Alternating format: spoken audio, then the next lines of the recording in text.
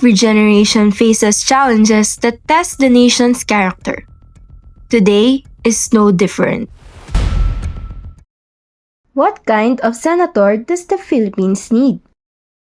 Someone who values education. Someone who does good. Someone who listens. Someone who serves. Someone who inspires.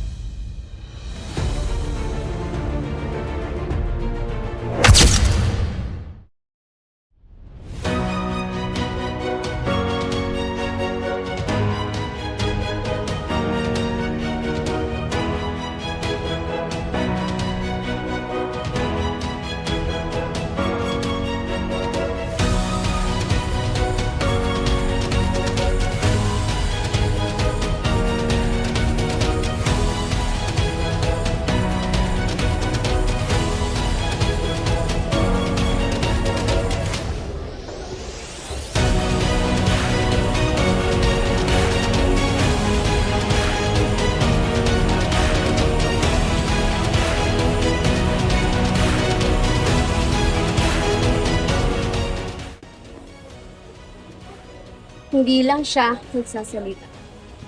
Nakikinig siya. Naninindigan siya.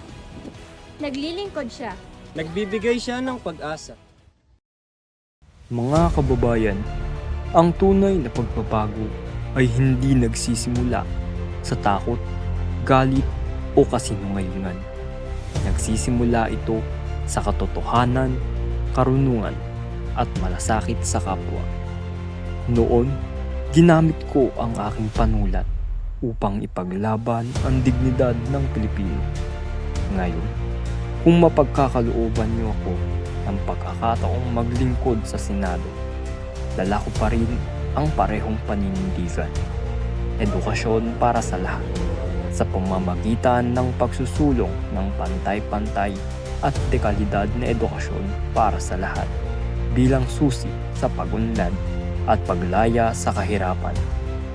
Tapat, bukas at may pananakutang pamamahala sa Senado na malayo sa korupsyon at isang bayan na nagkakaisa sa kabila ng pagkakaiba.